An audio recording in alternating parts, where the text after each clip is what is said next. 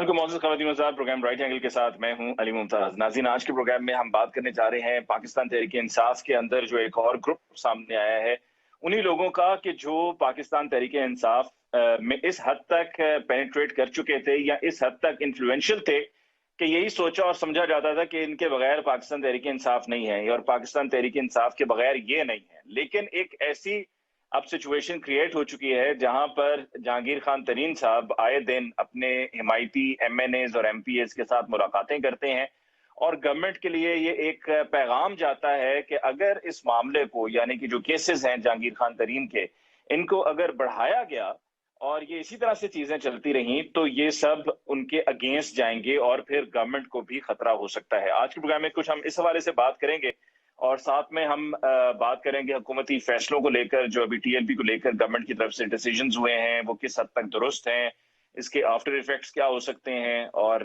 क्या ये सब करने से हम समझें कि पाकिस्तान की सड़कों पर इस मामले को लेकर मुस्तकिल अमन आ जाएगा, मुस्तकिल अमन कायम हो जाएगा। इस पर बात करने के लिए हमारे मौजूद मेहमानों का तारुफ हमें ज्वाइन किया है सीनियर सहाफ़ी तजज़ियाकार सलमान आबिद साहब ने। सलमान आबिद साहब को बहुत बहुत शुक्रिया कि आपने हमें ज्वाइन किया। हमें ज्वाइन किया है सीनियर सहाफ़ी तजज़ियाकार साबिर शाह साहब ने। साबिर शाह साहब, आपके बहुत बहुत शुक्रिया for joining us in the show tonight. अभी कुछ ही देर में हमें ज्वाइन करेंगे ब्रिगेडियर रिटायर्ड हारिस नवाज साहब।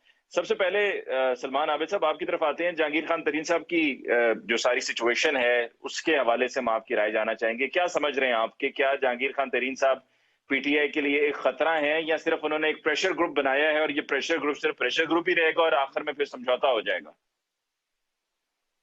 देखिए, बुनियादी तौर पे तो जहांगीर तरीन ने अपना एक प्रेशर ग्रुप बिल्ड किया है और हुकूमत पे दबाव डालने की कोशिश की है। उनका मकसद अभी हुकूमत गिराना नहीं है और ना इमरान खान के साथ मुकम्मल तौर पे एक दूसरे को दीवार से लगाना मकसद है।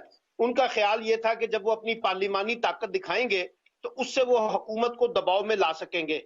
लेकिन मैं ये देख रहा हूँ पिछले 24 घंटे के अंदर जो है, पहली दफा ये जो लोग हैं, यानी जहांगीर तरीन के साथ लोग हैं, ये बरमला अब ये कह रहे हैं कि अगर हमारे मुतालबात नहीं माने गए, हमें इंसाफ ना मिला तो हम अपना अगला रास्ता इख्तियार कर सकते हैं।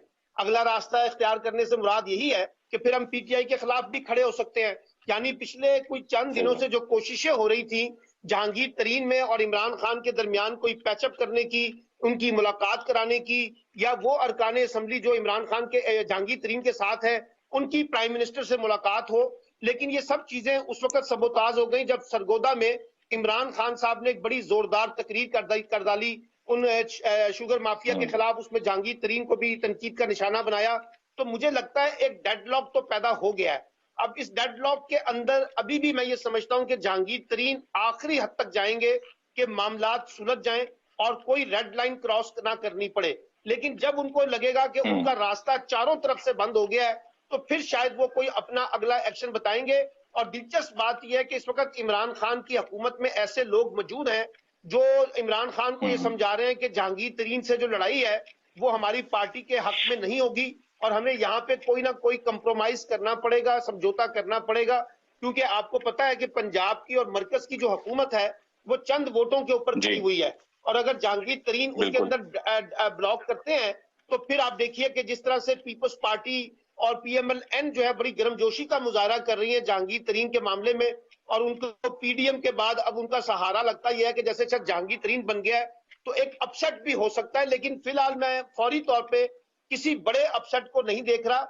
मुझे लगता है कि ये जो टसल है ताकत की, जहांगीर तरीन वर्सेस इमरान खान हुकूमत, ये अभी थोड़ी देर और चलेगी। लेट्स सी कि इसमें कितने असाब जो है वो इमरान खान के मजबूत होते हैं और कितने इनके होते हैं।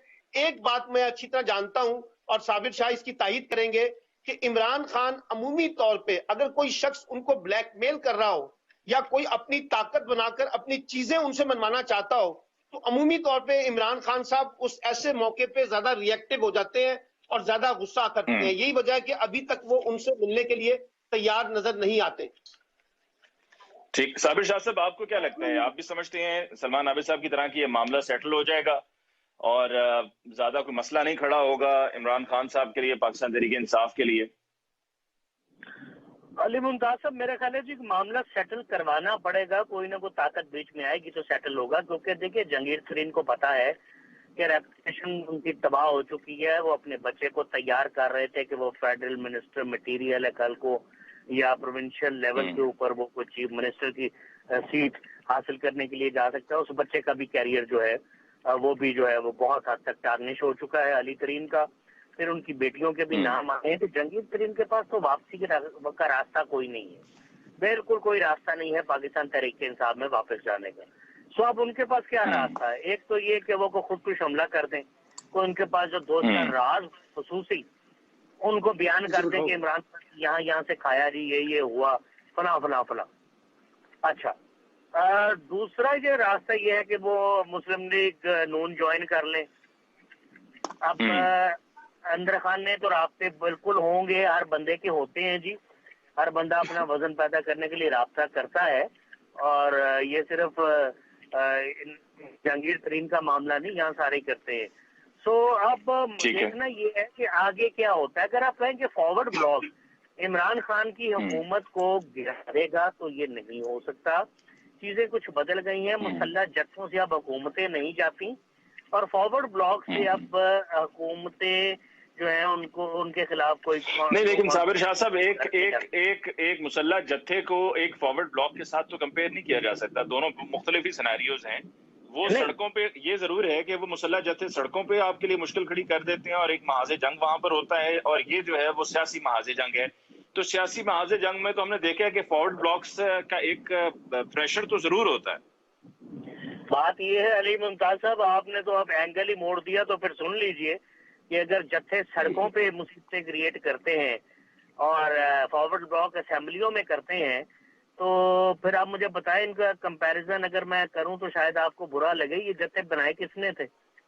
پہلے ہم جن بنا لیتے ہیں, وہ جن ایک دم بڑا ہو جاتا ہے. یعنی متحدہ مجلس عمل ہم نے بنا لی 2001 میں, وہ ایک دم جن بڑا ہو گیا, ہمیں مصیبت پڑ گئی. ایک بڑے مضبوط باوردی صدر کو, آرمی چیف کو مصیبت پڑ گئی. یہ بھی وہی جتھے ہیں جن کو کوئی نہ کوئی ہلا شیری دیتا ہے, ان کو دودھ پلاتا ہے. ایک اچانک جتھا بڑا ہو جاتا ہے, وہ اتنا بڑا ہو تو جاتا ہے. آپ کی نظر میں جہانگیر خان ترین صاحب بھی ایک جتھا ہے؟ دیکھیے, وہ رول تو ایک جتھے والے ہی پلے کریں گے نا. یہ جو آپ کو 30 آدمی نظر آ رہے ہیں ان کے ساتھ, یہ غالباً 50 کے قریب ہیں. ان میں 20 آدمی وہ ہیں جو ذرا سا ہوا کا رخ دیکھ کے ان کے ساتھ آ جائیں گے, اور وہ رابطے میں ہیں کہ ہم آپ کے ساتھ ہیں سر, کوئی کیس ہی نہ کھل جائے, ذرا آپ جو ہی مضبوطی پکڑیں گے ہم آپ کے پاس آ جائیں گے. 50 بندے ہیں, چاہے تو پنجاب حکومت بھی اڑا دیں, چاہے تو فیڈرل حکومت بھی اڑا دیں, لیکن ایسا ہوگا نہیں. ایسا ہونا ہوتا تو اپوزیشن نہیں, لیکن یہ تھریٹ تو پھر ہے نا صابر شاہ صاحب. اگر آپ کہہ رہے ہیں کہ 50 لوگ ہیں, 20 مزید ایسے ہیں جو دیکھیں گے کہ ہوا کا رخ کیا اور آ جائیں گے, تو پھر یہ ایک مسئلہ تو ہے. علی صاحب بات سنیے, پنجاب حکومت کی عمران خان کی کتنی میجورٹی کے ساتھ, ایسے چند ووٹوں کے ساتھ. فیڈرل گورنمنٹ میں کیا میجورٹی ہے؟ چند ووٹوں کی. مسلم لیگ, فضل الرحمان, پیپلز پارٹی, فلاں فلاں فلاں, سب مل گئے. 3 سال ہو گئے انہیں روتے ہوئے. جب چاہیں الٹا سکتے ہیں, لیکن جرأت نہیں ہے کہ پنجاب کی حکومت کو الٹا دیں یا فیڈرل حکومت کو الٹا دیں. عرض کیا یہاں ڈائنامکس اور ہیں. جب کہیں سے کیا ڈائنامکس ہیں؟ جرأت, ہاں کہیں سے, یہی میں آپ سے پوچھنے والا تھا کہ یہ ڈائنامکس کیا ہیں, کہ کیا کہیں اور سے سگنلز, اشارے آنے کا انتظار ہے, اور یہ کیا سارا معاملہ اشاروں پر ہی چل رہا ہے؟ کسی کے خلاف نو کانفیڈنس موشن ہو اور وہ چلے, وہ ناکام بھی ہو جائے, وہ بھی اشاروں پہ ہی ہوتی ہے, کسی کے پر کاٹنے کے لیے. یہاں جتھے وتھے سڑکوں پہ آئے, وہ بھی کسی کے اشارے پہ ہوتی ہے, پر کاٹنے کے لیے. اپنی اوقات میں رہو, اپنی اوقات میں رہو, پر مت نکالو. ان حقیقتوں سے جو شخص انکار کرے گا, میں سمجھتا ہوں وہ پاکستانی سیاست سے نابلد ہے. اور میں ذاتی طور پہ روزہ رکھ کے ڈرائیونگ کرتے ہوئے آپ کو یہ جو بیپر دے رہا ہوں آڈیو, میرا بھی وقت آپ کی طرح بہت قیمتی علی ممتاز صاحب. میں جھوٹ کے سہارے زندگی نہیں بسر کر سکتا. میں سلمان عابد صاحب آپ کو کیا لگتا ہے؟ سناتا ہوں نہ سنتا ہوں. جی سلمان عابد صاحب آپ کو کیا لگتا ہے دونوں میں سے کوئی جھکے گا؟ پہلے کون جھکے گا؟ کیونکہ کسی نہ کسی ایک کو تو جھکنا پڑے گا. دیکھیں بات یہ ہے کہ صابر شاہ نے ٹھیک بات کی ہے کہ پاکستان میں جو حکومتوں کی تبدیلی ہوتی ہے نا, وہ کسی عوامی جدوجہد سے نہیں ہوتی. وہ یقینی تانے بانے جو ہیں وہ طاقت کے مراکز کے اندر سے ہلتے ہیں تو پھر تبدیلی آتی ہے. اور مجھے نہیں لگتا کہ اس وقت جو طاقت کے مراکز ہیں وہ کسی بڑی سیاسی مہم جوئی کے لیے تیار ہیں, اور حکومت کی اکھاڑ پچاڑ کرنا ان کا مقصد ہے, اور حکومت کو تبدیل کرنا ان کا مقصد ہے. مجھے تو یہ نہیں لگتا. اس لیے مجھے جہانگیر ترین کے بارے میں یہ کہنا کہ وہ حکومت کو گرانے میں کامیاب ہو جائیں گے, مجھے بظاہر یہ اس لیے نہیں لگتا کہ میرے خیال کے مطابق طاقت کے مراکز میں ابھی ایسا کوئی پلان نہیں ہے، ایک بات۔ لیکن کیونکہ ایک 50 کے قریب لوگوں کا ہونا ایک سیاسی طاقت کو شو کرتا ہے، تو جہانگیر ترین دباؤ ڈالنے کی کوشش کر رہے ہیں۔ اور میں نے آپ کو کہا کہ پی ٹی آئی کے اندر جو عمران خان کے ارد گرد بھی ایسے لوگ ہیں جو ان کو یہ سمجھانے کی کوشش کر رہے ہیں کہ ہمیں اس لڑائی میں زیادہ آگے تک نہیں جانا چاہیے۔ لیکن اب عمران خان یعنی جب انہوں نے خط لکھا تھا آپ راجہ ریاض صاحب نے اور باقی لوگوں نے، تو خیال یہ تھا کہ حکومت کو ڈیفینسو پوزیشن پہ لے آئیں گے، اور مجھے بھی اس وقت لگ رہا تھا کہ عمران خان دیکھیں گے کہ 20-30 لوگ ہیں تو ہمیں تھوڑا سا اپنے آپ کو ذرا پیچھے کی طرف لے کے جانا ہے۔ لیکن سرگودا کی تقریر کے بعد مجھے لگا کہ عمران خان صاحب کمپرومائز کرنے کے لیے تیار نہیں ہے، اور عمران خان صاحب کو بھی یہ کانفیڈنس ہے کہ حکومت صرف جہانگیر ترین نہیں گرا سکتے، جنہوں نے حکومت گرانی ہے عمران خان کا خیال ہے کہ وہ ابھی ہمارے ساتھ کھڑے ہوئے ہیں۔ تو اس وجہ سے مجھے لگتا ہے کہ یہ لڑائی جو ہے اس پہ اتنا آسان جہانگیر ترین کے لیے نہیں ہوگا۔ دیکھیے نا، یہ جو لوگ الیکشن جیت کر آئے ہیں یہ بنیادی طور پر عمران خان کے ووٹ سے جیت کر آئے ہیں۔ ان میں سے بہت سے لوگ اگر آزاد حیثیت سے الیکشن لڑیں کچھ جیت جائیں گے کچھ ہار جائیں گے۔ اگر انہوں نے پاکستان تحریک انصاف میں نہیں رہنا، یعنی میں آپ کو ایک بات بتاؤں، الارمنگ سچویشن کے اندر اب یہ پارٹی کے اندر رہیں یا نہ رہیں، 2023 کے الیکشن میں ان میں سے بیشتر لوگوں کو تحریک انصاف کا ٹکٹ بھی نہیں ملے گا، کیونکہ عمران خان جس قسم کی ریئیکشنری پالیٹکس رکھتے ہیں میں ان کو جانتا ہوں، سمجھتا ہوں کہ وہ ابھی ان کو ٹکٹ بھی جاری نہیں کریں گے، اس لیے ان کا رہنا نہیں۔ لیکن ایک طرف سلمان عابد صاحب کہہ رہے ہیں کہ ان کی ریئیکشنری پالیٹکس ہے، لیکن ساتھ ساتھ ہمیں یہ بھی رکھنا چاہیے کہ وہی عمران خان کے جو جانتے ہیں کہ سن 2013 میں زارا شاہد قتل کیس کے ذمہ دار کون تھے، سن 2013 کے انتخابات کے بعد، جو جانتے ہیں کہ ایم کیو ایم نے کیا کیا، جو جانتے ہیں کہ پی ایم ایل کیو کہاں پر کھڑی تھی، اور جی ڈی اے کے بارے میں بھی ان کی کیا رائے رہی ہے، ان سب کو بھی ساتھ ملا کے وہ چلا رہے ہیں۔ دیٹ مینس کہ وہ پھر اب سمجھ چکے ہیں کہ اقتدار کے لیے ان تمام جو آپ کے اسٹانس یا موقف رہا ہوتا ہے اس کے اوپر کچھ رد و بدل کرنا، اس کی ٹویسٹنگ کرنا ضروری ہو جاتا ہے کام چلانے کے لیے۔ پارلیمانی پالیٹکس میں اس طرح کے یو ٹرن ہمیں ہر سیاسی جماعت میں ملتے ہیں انکلوڈنگ پی ٹی آئی۔ لیکن میں یہ کہہ رہا ہوں کہ جب عمران خان کو کوئی فرد پارٹی کے اندر بلیک میل کرے گا، اس طرح سے اپنی طاقت دکھائے گا، تو اس کا ایک نفسیاتی اثر عمران خان کی ان کے اندر آئے گا، اور وہ فیوچر میں ان لوگوں کے بارے میں کانشیس رہیں گے جنہوں نے ان کو بلیک میل کرنے کی کوشش کی ہے۔ اس لیے میں یہ کہہ رہا ہوں کہ یہ کہنا کہ جناب جہانگیر ترین جو ہے نا، یا تو یہ جیسے صابر شاہ صاحب نے کہا کہ پی ایم ایل این کا حصہ بننے کے لیے تیار ہیں، اور ان کو لگ رہا ہے کہ اگلے الیکشن میں ہمیں جو ہے نا پی ٹی آئی سے الیکشن نہیں لڑنا اور ہم نے جا کے پی ایم ایل این سے الیکشن لڑنا ہے، تو ٹھیک ہے، پی ایم ایل این کو ٹکٹ بھی جاری کر دے گی، اور بلکہ میرے پاس تو یہ خبریں بھی ہیں، صابر شاہ بھی اس کی تائید کریں گے کہ ان میں سے بہت سے لوگوں نے یہ رابطے کیے تھے کہ اگر ہمیں پی ٹی آئی کے مقابلے میں پی ایم ایل این کا ٹکٹ لینا پڑے تو کیا پارٹی ان کو ٹکٹ دے گی۔ یہ باتیں بھی چل رہی ہیں پسے پردہ، اور جہانگیر ترین کے اور شہباز شریف کے تعلقات بھی ہمیں پتہ ہے بڑے مثالی ہیں، آپس میں ان کے بڑے رابطے ہیں۔ لیکن سوال یہ ہے کہ آج پی ٹی آئی کے اندر کمپرومائز کون کرے گا؟ مجھے نہیں لگتا کہ یہ اتنی آسانی سے مسئلہ حل ہونے والا ہے، جیسے ابھی صابر شاہ نے کہا کہ کوئی تیسرا فریق اس میں بیٹھ کے کوئی رول پلے کرے گا تو یہ مسئلہ حل ہوگا۔ یہ جہانگیر ترین اور عمران خان کے درمیان اب حل ہونے والا نظر آ رہا۔ ٹھیک ہے، ہمیں ایک بریک لینی ہے جی، بریک کے بعد ہم لوٹ کے آئیں گے تو ہم کچھ بات کریں گے مسلح جتھوں کی، لیکن ایک بریک کے بعد۔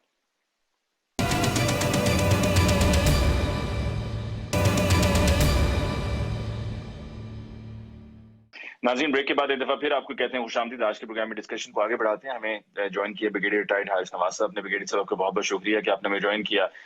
صابر شاہ صاحب، ابھی وقفے سے پہلے بریگیڈیئر صاحب کی میں ضرور رائے لینا چاہوں گا، لیکن اس سے پہلے چونکہ آپ نے وقفے سے پہلے بات کی تھی مسلح جتھوں کی، تو یہ جو ابھی ریسنٹلی فیصلہ لیا گیا ہے فیڈرل گورنمنٹ کی طرف سے اور پابندی عائد کی گئی ہے، اس کو آپ ان دا فیوچر آپ اس کو کیسے دیکھتے ہیں؟ آپ دیکھتے ہیں کہ اس کا کوئی ریئیکشن آئے گا اور اس کا کوئی اگر آگے کا دیکھیں تو کوئی امپیکٹ آئے گا جو کہ گورنمنٹ کے لیے اچھا نہیں ہو سکتا ہے؟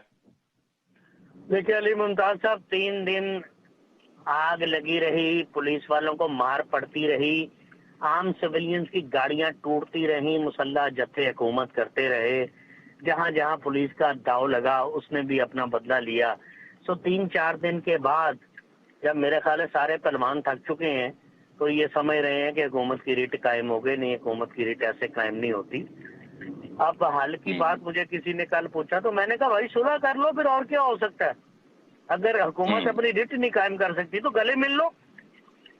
یہ کیسی بات ہے یار کہ ہر 6 مہینے سال کے بعد ایک آدھا جتھا باہر نکلتا ہے اور پورا کاروبار زندگی کو مفلوج کر دیتا ہے۔ They paralyze all life. They disrupt every single aspect of life.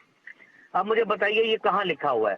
21ویں صدی میں ہم جا رہے ہیں، ٹھیک ہے، دنیا 4G سے 5G کی طرف جا رہی ہے، ये चंद मौलवी उठते हैं। मैं तो खुद इनके दरमियान फंसा हूँ आज से 15 साल पहले, जब डेनमार्क की हुकूमत के खिलाफ यहाँ पे मुजाहरे हुए हैं, तो बड़ी मुश्किल जान बचा के निकला हूँ मैं। बंदा पूछे मेरा क्या कसूर। सो ये अभी फैंटी पुंटी ने पड़ रही है, 3 दिन से काफी फैंटी पड़ रही है, और मारमोर इन्हें पड़ती रहेगी। फिर रीग्रुप होंगे, फिर कुछ चंदा देगा, फिर को सियासी जमात इन्हें अपने मकासद नहीं, लेकिन अब तो अकाउंट्स वगैरह भी फ्रीज किए जा रहे हैं, और फिर उसके अलावा मजीद पाबंदियां हैं कि जिस तरह साद रिजवी साहब अपना पासपोर्ट भी, ये चीजें इन्हें फर्क नहीं डालती। फर्क ये डालती कि नहीं जी, उस आदमी को ब्लैक लिस्ट करें, इस केस में साद रिजवी को ब्लैक लिस्ट करें। Why don't you arrest him for good? ये क्या बात है, किसी और नाम से आ जाएंगे। 78-79 तंजीमें हैं, प्रोस्क्राइब हुई हैं, बैन हुई हैं, वो कई और नामों से आ जाती हैं, चंदा ले लेती हैं। इनके हमायती मौजूद हैं। जितना बेरोजगार नौजवान है, जितना पिसा हुआ तबका है, ये सारा जो मदरसों से खाना वाना खाता है या गरीब गुरबा, सब इनके साथ है भाई। कई लेकिन आप समझते हैं साबिर शाह साहब, ये कहीं ऐसा तो नहीं है कि ये सारा कुछ इसलिए किया जा रहा है कि अभी मामले को फिलहाल दबा दिया जाए, बाद में फिर देखा जाएगा, या आप समझ रहे हैं कि इस तरह से ये they are being crushed for good? No, they have not been crushed for good, not at all. You cannot crush people for good like this. यहाँ तो एक्शन होता नजर आना चाहिए। 8-10 बंदे मर जाएं, डंडे चल जाएं, that's no action. Arrest the people and इनके समरी ट्रायल करें उसी दिन, जिस तरह बरतानिया ने किया था 2011 की राइटिंग में। जजेस केम टू द फोर, उन्होंने कहा हम सारी रात बैठेंगे, लेके आओ कितने बंदे हैं। और ये इस तरह कौमें बनती हैं। जुडिशरी को भी 1 पेज पे होना पड़ेगा। यहाँ तो जुडिशरी और सफे पे है, आर्मी और सफे पे है, हुकूमत और सफे पे है, ऑपोजिशन कुछ और पढ़ रही है। ये जत्थे अभी और आपको बड़ा बड़ा तमाशा दिखाएंगे। बेरोजगारी बढ़ रही है कोरोना की वजह से, ये सारे इन्हीं में अंदर ही शामिल होंगे ना भाई साहब। गाड़ी रख लेंगे, नमाज पढ़ लेंगे, है जी, सही फरमा रहे हैं आप। और जो कुछ इस्लाम ने मना किया ये हर वो हरकत करेंगे जिस चीज से इस्लाम ने मना किया। और यार तुमको पैसे लगा के 50-50 लाख ही लगा लो, 5-7 बंदे फ्रांस ही भेज दो अपने। यार यहाँ हजारों लोग जाते हैं जाली वीजे वूजे लगवा के इधर उधर से, भेजो इनको फ्रांस, वहां जाके कुछ करके दिखाए मुझे। अपने मुल्क की सड़कें बर्बाद कर रहे हो, अपने मुल्क की प्रॉपर्टीज बर्बाद कर रहे हो, अपने लोगों को मार रहे हो। यार लोगों की गोदें उजड़ रही है, बेशर्मी की इंतहा है। पुलिस जो है उसका इतना बुरा इम्पैक्ट है सोसाइटी के ऊपर कि उनके साथ जुल्म भी हुआ तो कौम उस तरह खड़ी नहीं हुई, फैशन के तौर पे खड़े हो। सही कहा आपने। तो ये भी पुलिस के लिए भी सोचने का मुकाम है। हाँ, इमेज पुलिस का जो है वो इतना खराब है कि हर किसी को ये लग रहा है कि ये पुलिस का किया जा रहा है, पुलिस ने जुल्म किया है तो उसका एक रद्द-ए-अमल आया है। ब्रिगेडियर रिटायर्ड हारिस नवाज साहब, आपकी तरफ आते हैं। सर, आपको क्या लग रहा है, ये जो हिकमत अमली है, क्या ये हिकमत अमली ठीक है, और क्या इससे अमन व अमान की सूरत हाल बरकरार रहेगी, या ये सिर्फ एक आर्जी इंतजाम है जिसमें अभी मार धाड़ करके और गिरफ्तारियां करके बंद करके छितर मार के आप लोगों को सड़कों से भगा रहे हैं, लेकिन ये फिर आ जाएंगे और ये मसला हमारे लिए फिर खड़ा रहेगा?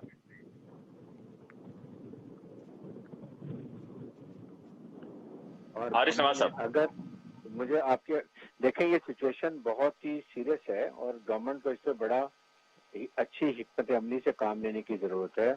आपके सामने जब साद रिजवी साहब को अरेस्ट किया गया है, उस एक्चुअली ये करना चाहिए था, जब उनको अरेस्ट किया साइमल्टेनियसली पहले होमवर्क किया था सिक्योरिटी एजेंसीज, इंटेलिजेंसीज ने, तमाम डिस्ट्रिक्ट तक के, इनके तहसील तक के जो इनके अहदेदार थे, सबको अरेस्ट कर लिया जाता, ताकि जब इनको लीडरलेस सब कर देते हैं तो फिर आपको कंट्रोल करना आसान होता है। एक को पकड़ने से बाकी सिंध के, पंजाब के और फ्रंटियर के सारे वो जो थे लीडर वो आजाद थे, उन्होंने प्रॉब्लम क्रिएट की है। अभी भी हुकूमत को चाहिए कि साइमल्टेनियसली सबको अरेस्ट करें, और जो भी ये जिस तरीके से वायलेंस कर रहे हैं, गवर्नमेंट के रेट को कभी कोई चैलेंज नहीं कर सकता। और एक सबसे बड़ी खतरनाक बात ये देखें, इस वक्त रॉ को और हमारे दुश्मनों को सबसे ज्यादा सूट करता है। हम एक इस्लामिक मुल्क है और हम एक न्यूक्लियर मुल्क है, और हमारे पर पहले ही इस चीज का 5th जनरेशन वॉर का अटैक हुआ है। दुनिया ये चाहती है कि ये पाकिस्तान को एक्सट्रीमिस्ट, फिर उसके बाद टेररिस्ट मुल्क डिक्लेयर किया जाए, ताकि जिस तरीके से हमारे मौलवियों ने पाकिस्तान का हार्ड इमेज शो किया है, खतरनाक इमेज शो की है, नॉट, और हमारा सॉफ्ट इमेज जो हम बड़ा प्राइम मिनिस्टर पाकिस्तान बड़े आहिस्ता से बना रहे थे, उसको तबाह करके रख दी है। बात यह है कि आप ये देखें कि इसके रिपरकशन आज फ्रांस के स्पीच को भेज दें, पूरा यूरोपियन यूनियन आपको धुतकार देगा, निकाल देगा, सारे आपके तस्वीर वापस आ जाएंगे। उसके बाद आपका दुनिया में क्या इमेज रह जाएगा, हम दुनिया को क्या बताना चाह रहे हैं। ये तो बड़ी सोची समझी खतरनाक साजिश है। हारिस नवाज साहब, जो शेख रशीद साहब ने कहा, जो शेख रशीद अहमद साहब ने कहा कि जी इनके बड़े खतरनाक इरादे थे, बड़ी तैयारी थी इनकी 20 तारीख के लिए, एक तरफ ये बात कहते हैं शेख रशीद साहब, फिर दूसरी तरफ जो बात आपने की कि साद रिजवी साहब को गिरफ्तार किया और उनकी गिरफ्तारी के बाद और किसी की गिरफ्तारियों की तैयारी नहीं थी, कहीं और जाके ये तय नहीं पहले से किया था कि किस किस को कहां से पकड़ना है। तो इनके जो खतरनाक इरादे थे, क्या वाकई आपकी इतलात के मुताबिक इनके इरादे बहुत खतरनाक थे और इनकी तैयारी बहुत थी, और फिर दहशतगर्द कह देना उन्हीं को जिनसे आपने मुआहदा किया और कई साल से आप इनको इसी तरह वक्फे वक्फे से मौका फराम करते हैं कि आते हैं इस्लामाबाद आके फैजाबाद बंद कर देते हैं या मुल्क के मुख्तलिफ शहरों में वहां पर सूरत लॉ एंड ऑर्डर सिचुएशन का मसला खड़ा करते हैं। तो क्या इसमें वफाकी वजीर दाखिला का ये बयान और फिर तैयारी, ये सब क्या आपस में जुमले मैच करते हैं, कोई अंडरस्टैंडिंग डेवलप होती है? नहीं, देखिए, अगर इन्होंने थोड़ी बहुत अंडरस्टैंडिंग की थी तो वो एक लिमिट पर रखनी चाहिए। तो ये कहने से हम असेंबली में जाएंगे, ये मुआहदा ही गलत था। ये आप कैसे कर सकते हैं? आप एक फ्रांस के वजीर और आपके एम्बेसडर को वापस भेज देते हैं, उसके बाद पूरा यूरोपियन यूनियन, जब उनका मुआहदा यूरोपियन यूनियन के जितने ममालिक हैं एक के साथ जो होगा सब करेंगे। और सेकंड ये कि आपको हिकमत प्लान करनी चाहिए थी, वो यही था आपकी इंटेलिजेंस एजेंसी, चाहे वो मिलिट्री की हो या सिविल CIA हो, FIA हो, सब डिस्ट्रिक्ट में तहसील तक मौजूद हैं, सब पे रिकॉग्निशंस करते और साइमल्टेनियसली सबको अरेस्ट कर लेते। और उसके बाद ये नौबत दिन आती है जब लीडरलेस हो जाती है जैसे, तो वो बड़ी जल्दी उनको आसान होता है उनको कंट्रोल करना। फिर उसके बाद जिस तरीके से उन्होंने पुलिस वालों को मारा है और जिस तरीके से गवर्नमेंट की रेट को नुकसान पहुंचाया है, देयर वाज रिक्वायरमेंट के एक स्टर्न एक्शन लिया जाए, लेकिन जितनी भी कम से कम फोर्स इस्तेमाल करके कम से कम इनको डिस्पर्स किया जाए। और अगर आपको पुलिस स्टेशन पे एक फोर्स जाके जैसा हमला कर रहा है, तो ये तो नहीं कि हम पुलिस को मरने दें और वो मर गए और उसके बाद आप पूरी पुलिस पंजाब की जो भी अगर वो सरेंडर कर देगी कि हम नहीं खड़े होंगे, हम अपनी लाइनों से बैरकों से बाहर नहीं आएंगे।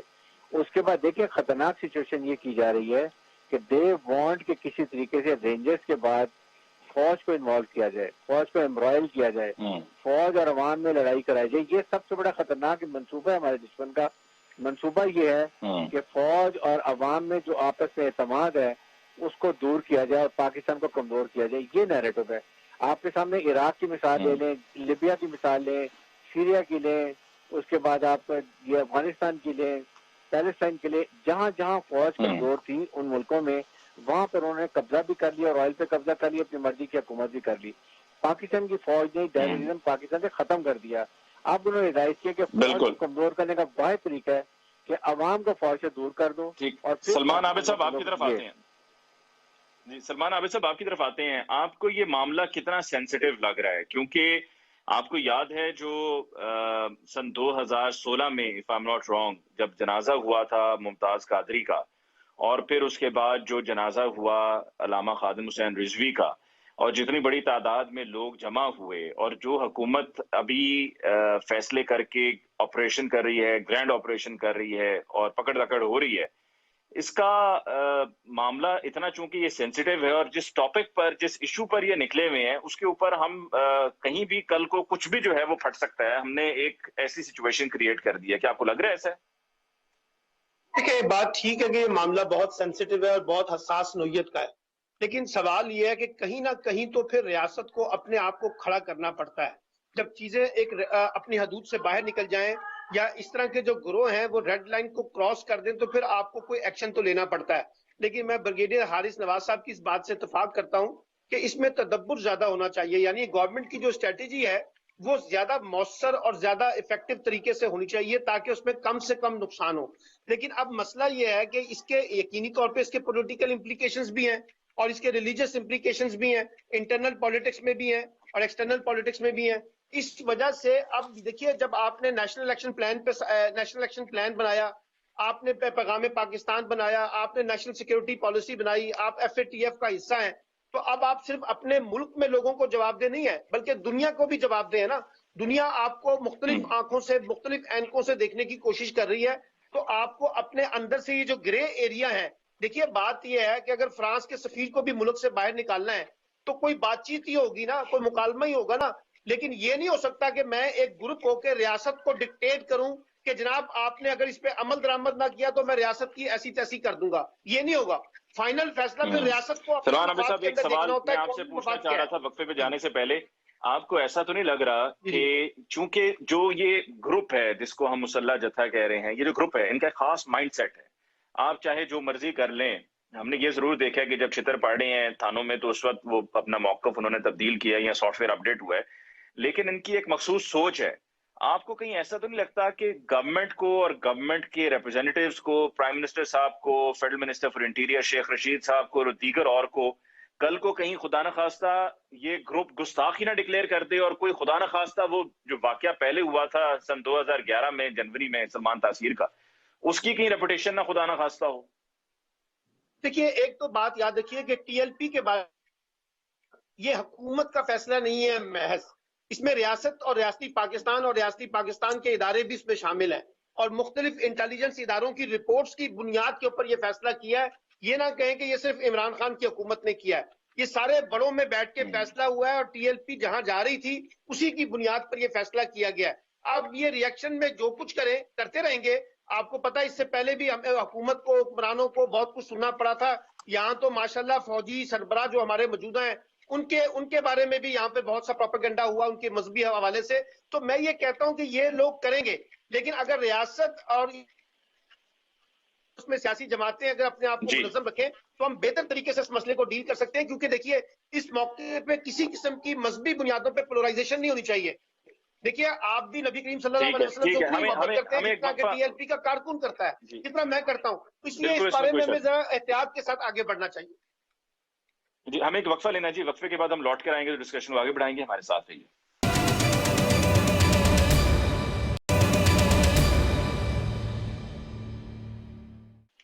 ناظرین بریک کے بعد ایک دفعہ پھر آپ کو کہتے ہیں خوش آمدید. ڈسکشن کو آگے بڑھاتے ہیں اور اب ہم بات کرتے ہیں کچھ شہباز شریف صاحب کی ضمانت کو لے کر. صابر شاہ صاحب یہ کیا معاملہ بنا شہباز شریف صاحب کی ضمانت کا؟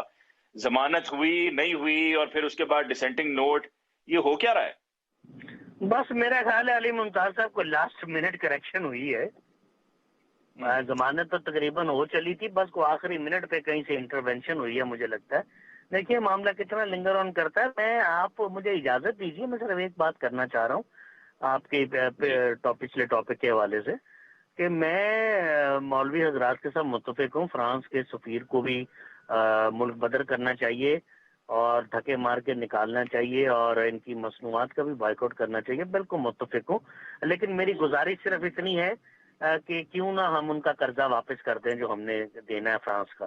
اور اگر کل کو دیگر یورپی ممالک بھی آتے ہیں فرانس کی حمایت میں یا یکجہتی میں، ان کا بھی قرضہ واپس کیا جائے. کوئی فرق نہیں پڑتا، چند ارب ڈالر ہیں، چندے سے اکٹھے ہو سکتے ہیں. تو پہلے لوگوں کا چندہ واپس کریں، یہ نا حلوہ ان کا کھاتے رہیں، دیسی مرغا ان کا کھاتے رہیں، ٹھیک ہے جی. تو بعد میں داڑھی پہ ہاتھ پھیر کے کہے واہ واہ سبحان اللہ، اب آپ نکلیے یہاں سے. اس طرح تو نہیں ہوتا.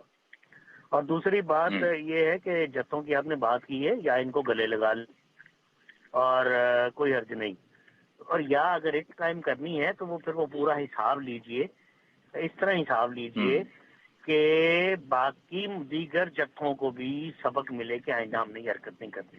انہوں نے پبلک کو بھی مارا ہے، انہوں نے سرکاری املاک چھوڑی ہے، انہوں نے لوگوں کی گاڑیاں بھی توڑی ہیں، ظلم کیا ہے لوگوں کے ساتھ بہت زیادہ. یہ تو بالکل قابل معافی نہیں ہونا چاہیے.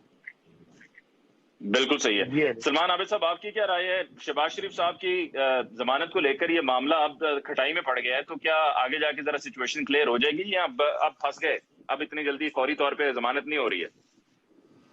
نہیں، میرا خیال ہے کہ ضمانت جلدی ہو جائے گی، اس میں بہت زیادہ لمبا ڈیلے نہیں ہوگا. لیکن یہ پاکستان کی عدلیہ کے حوالے سے ایک اہم واقعہ ہے. اس طرح سے ماضی میں کوئی نظیر نہیں ملی تھی جس طرح سے یہاں پر یہ صورتحال پیدا ہوئی ہے. اب ماشاءاللہ ہم دیکھ رہے ہیں کہ جوڈیشل ایکٹیویزم بھی بہت آگے ہے اور جوڈیشری کے اندر بھی جو کچھ ہو رہا ہے اس میں بھی ہمارے کافی خامیاں جو ہے نا وہ نکل کر سامنے آ رہی ہیں. اور ایک مسئلے کو، اختلافی نوٹ کو جس انداز سے ہم نے خبر بنا دی ہے اور جس سے یہ سارا معاملہ جو ہے عدالتی نظام کے اوپر سوالیہ نشان کھڑا کر رہا ہے، وہ ایک بڑی اہمیت رکھتا ہے اپنی جگہ. میرا اپنا ذاتی خیال ہے کہ اگلے 2-3 دن کے اندر، 4 دن کے اندر یہ معاملہ ریزالو ہو جائے گا. لیکن اس سے جوڈیشری نہیں، کے لیکن اندر سلمان جو عابد بلڈ صاحب پڑا یہ ہے نا، میں سمجھتا ہوں کہ وہ بڑا ڈسینٹنگ نوٹ نقصان میں دہ ہوگا. 3-4 دن کا وقفہ، 3-4 دن کا وقفہ، یہ کیا معاملہ ہے؟ देखिए ना, यही वो बात है ना जो अभी साबिर शाह ने भी की है कि कोई पसे पर्दा मामला तो है ना। यानी आप देखिए ना, एक फैसला होने के बाद जब तफसीली फैसला आता है या जो 3-4 दिन के बाद इख्तलाफी नोट आता है, उसमें जो प्रोसेस है उसके अंदर जो तब्दीलियां हुई हैं या तब्दील करने की जो कोशिश की गई है, वो लगता है कि हमारे यहाँ शायद ताकत के मराकज में अभी ये फैसला ही नहीं हुआ था कि शहबाज शरीफ साहब को जमानत देनी है या नहीं देनी है। मुझे तो ये लगता है। बिल्कुल सही है। ब्रिगेडियर हारिस नवाज साहब, आपका क्लोजिंग कमेंट जी। देखें, ये एक बहुत ही एक पेचीदा मामला है और ये अदलिया का बहुत बड़ा सवालिया निशान भी है कि दो जजेस हैं, एक जज कोई फैसला कर रहा है और दूसरा कुछ फैसला कर रहा है। आई थॉट कि दोनों बैठ के मशवरा करेंगे और एक फैसला करेंगे और उसके बाद इतना बड़ा डिसेंडिंग नोट आ जाना। दिस वीक मैं तो ये कहता हूँ कि इवन पंजाब की जुडिशरी में CMLN का बहुत इंग्रेस है और वो बड़ा क्लियर साबित आ गया कि एक जज कह रहा है कि नहीं करना, दूसरा इमीडिएटली अनाउंस कर रहा है। तो ये मेरे ख्याल में चीफ जस्टिस ऑफ पाकिस्तान को इन चीजों के बारे में बहुत देखना चाहिए, उनको इंसाफ के तकाजे पूरे करने चाहिए और साथ ही साथ इंसाफ और स्पीडी जस्टिस, अगर उनको बेल बनती है तो देनी चाहिए, नहीं बनती है तो उसके रीजन सॉलिड है तो वो होने चाहिए। लेकिन ये कभी नहीं होना चाहिए जिस तरह ये इंसिडेंट हुआ है कि आइंदा भी जुडिशरी को बहुत बड़ा एक सवालिया निशान आ जाएगा इसके ऊपर। सवालिया निशान। ब्रिगेडियर हारिस नवाज साहब, आपका बहुत बहुत शुक्रिया कि आपने हमें ज्वाइन किया। साबिर शाह साहब, आपको बहुत बहुत शुक्रिया। सलमान आबिद साहब, आपको बहुत बहुत शुक्रिया। नाज़रीन, इसके साथ ही आज के प्रोग्राम का वक्त खत्म हुआ। चाहते हैं इंशाल्लाह आपसे कमिंग फ्राइडे मुलाकात होगी। तब तक के लिए मुझे मुमताज को दीजिए इजाजत। अल्लाह निगहबान।